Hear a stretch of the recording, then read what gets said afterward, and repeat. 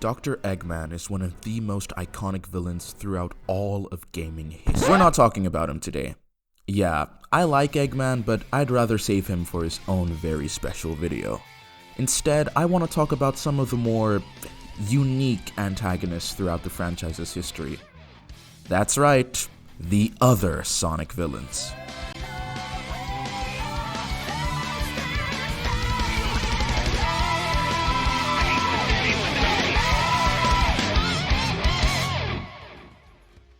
Back in the late 90s, when the Dreamcast first came out, Sega really wanted to show off its graphical capabilities. And that's how we ended up with this. This is Chaos. Can you tell that he's wet? Chaos is honestly one of the coolest Sonic villains, man, both conceptually and how he's actually presented in the game.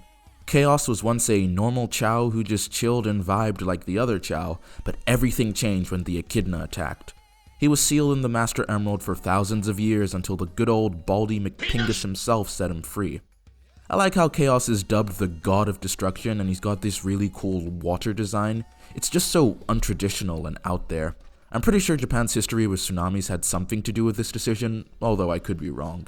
One thing I like about Chaos is how he's not necessarily evil, just extremely enraged by the Echidna clan becoming obsessed with power, and his only outlet is just destruction. Once Super Sonic beats the rage out of him at the end of a game, he just ascends to heaven with the rest of his fallen Chow brethren, which is pretty cool.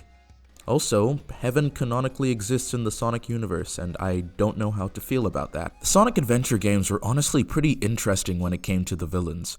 In the first one, it's obviously Eggman and Chaos. However, in Sonic Adventure 2, it becomes a bit more unclear.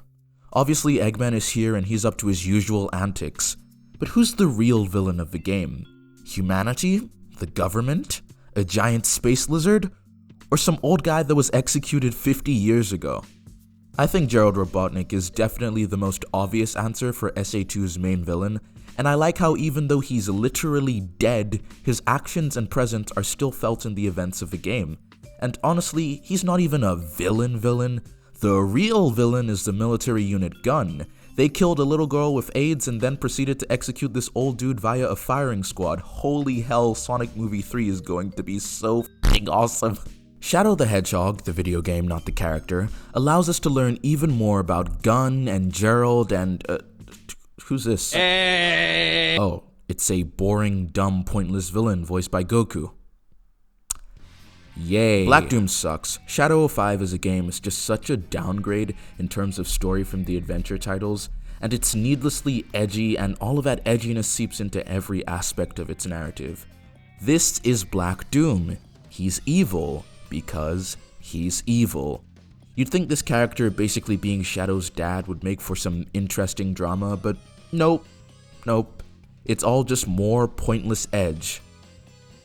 Gosh, Black Doom is such a wasted character, man.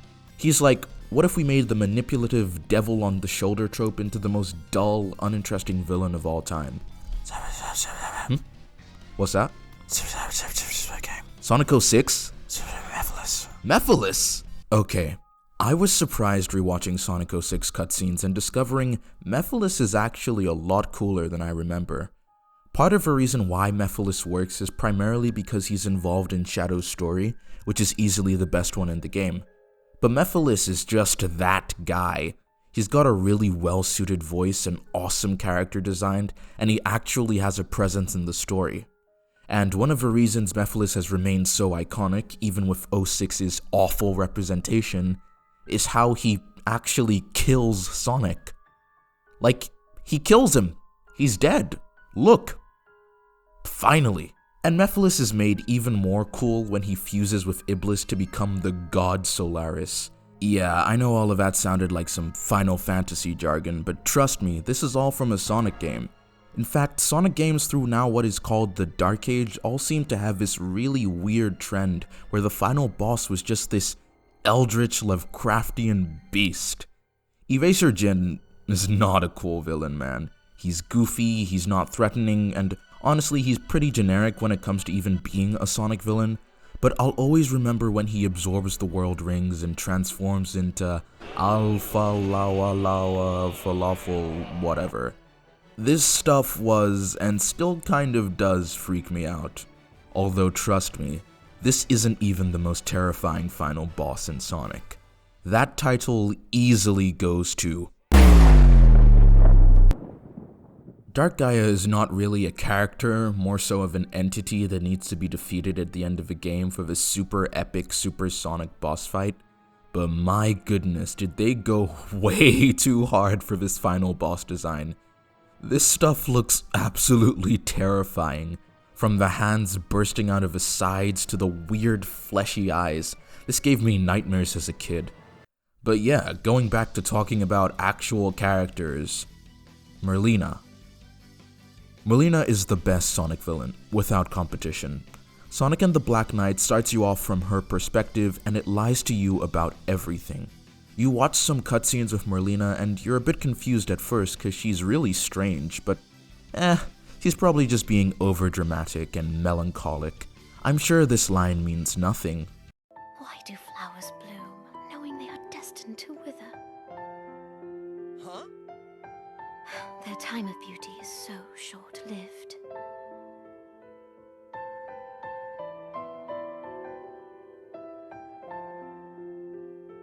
You spend the first 2/3 of the game thinking that this Eraser Jin clone is the main villain, and then you fight him for the second time, you beat him, the credits roll, and you're like, oh, it's over?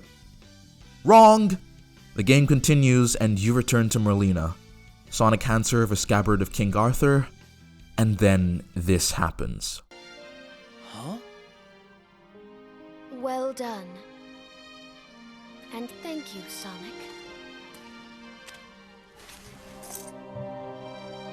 With this scabbard, I can erase my grandfather's greatest mistake.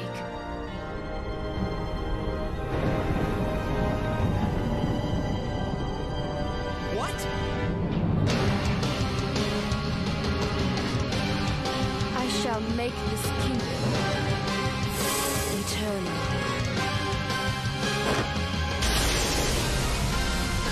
Sonic, get back!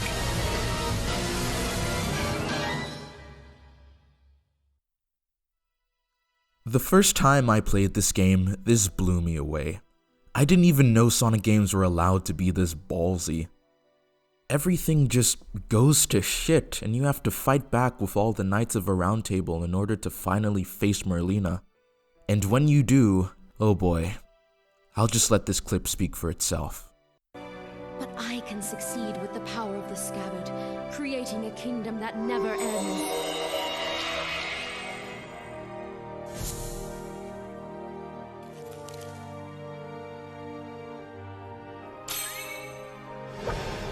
Is a world that goes on forever. My sorrow at its ruin runs deeper than the depths of the underworld. Do you not understand? No, and I don't want to. Out of all the Sonic villains we've covered, Merlina's motivations and actions are the most compelling. Her fear of death and decay is surprisingly grounded and relatable, and you get the feeling that what she's doing isn't even inherently evil per se. And once Merlina is physically defeated, we get what is arguably the greatest Sonic cutscene of all time. Merlina, every world has its end. I know that's kind of sad, but that's why we gotta live life to the fullest in the time we have. At least, that's what I figure.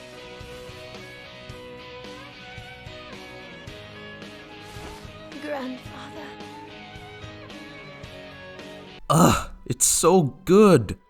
Perfectly portraying the philosophy of Sonic as a character in contrast to Merlina's goal, and the reason why all of this works so well is that Merlina is forced to accept reality. She's beaten physically because it's a video game, of course, but truly the game is only able to reach this conclusion because she's left alive. She's not sealed away forever or disintegrated into nothingness or anything else that would have her leave from being present in the final scene.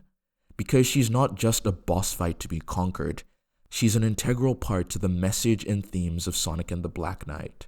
Yo, Sonic Team has been cooking with these non-Eggman villains. I wonder how they're gonna follow up Merlina. With disappointment. I hate the Deadly Six. I don't know what they were trying to go for with these guys. It seems they wanted to do like a 7 Deadly Sins, Full Metal Alchemist type thing, but they realized it would be too edgy for the babies on the Wii U, so they just cobbled together the 6 most uninteresting, uninspired, unentertaining villains of all time. I hate everything about them, from their boring ass dialogue to their stupid character designs. They look like fucking Garten of Banban OCs, and there's nothing visually appealing about any of these 6 characters. All of their personalities are about as generic as you can get. You've got the fat dumb guy whose only personality trait is that he's fat and stupid. You've got the emo guy who is just emo. You've got the woman who is green and annoying. You've got the punk that always acts like a punk. You've got the old guy who's cranky and old. You've got Zavok, he's the leader. Sonic Lost World is easily the worst Sonic story, and it shows so hard in the villains. Also, this is slightly off topic, but I hated how much they were trying to push Zavok in the late 2010s. He was in Team Sonic Racing, he was in Sonic Forces, he was in the IDW comics. Like, bro, it's f***ing Zavok, nobody cares. It's insane to me that the folks at Sonic Team really saw Zavok on the same level as Metal, Chaos, and Shadow. No, he's a joke, and an unfunny one at that. You wanna know who's really funny though?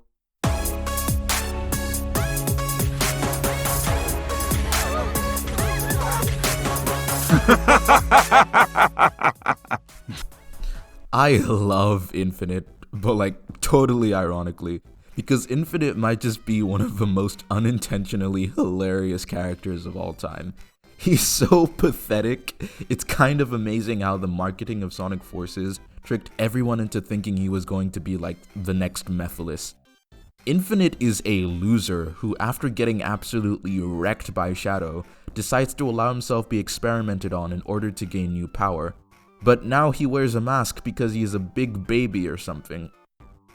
Infinite is basically Kylo Ren from The Force Awakens, but imagine if Kylo Ren just ran away in the final battle of a movie, and then like on Twitter 3 years later, the directors of the next film confirmed that Snoke had killed him off screen. Everything about Infinite is hilariously pathetic.